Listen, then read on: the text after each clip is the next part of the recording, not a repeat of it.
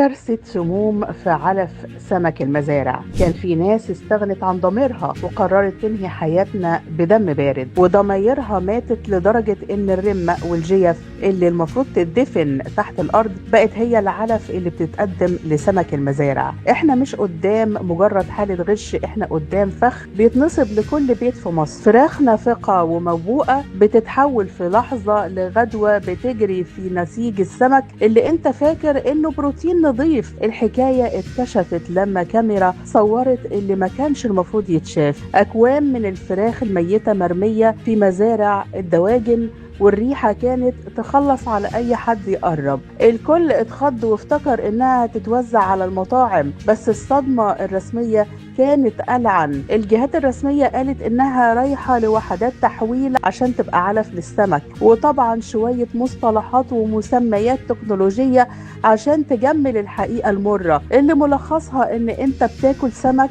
اتغذى على بقايا فيروسات ودم فاسد. الأديان ما حرمتش الميتة من فراغ، ده سم قاتل.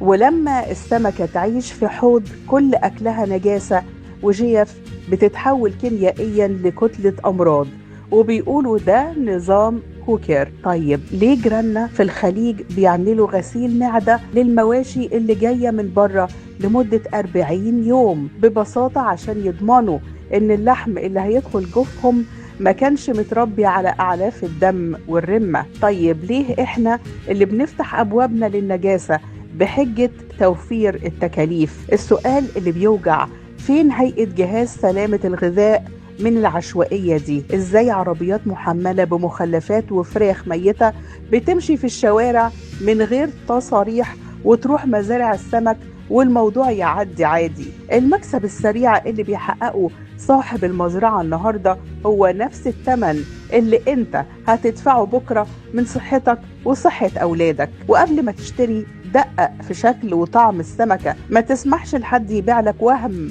وهو في الحقيقة بيبيع لك موت. ارحموا الناس وارحموا نفسكم من لقمة الحرام اللي بتدمر الأجيال. لو شفتوا بعينيكم أي غش بيحصل في مزارع منطقتكم أو طرق تانية بتدمر صحتنا، احكوا لنا في التعليقات وبلغوا الجهات المختصة فورا، لأن السكوت هو اللي بيخلي المجرم ده يتمادى.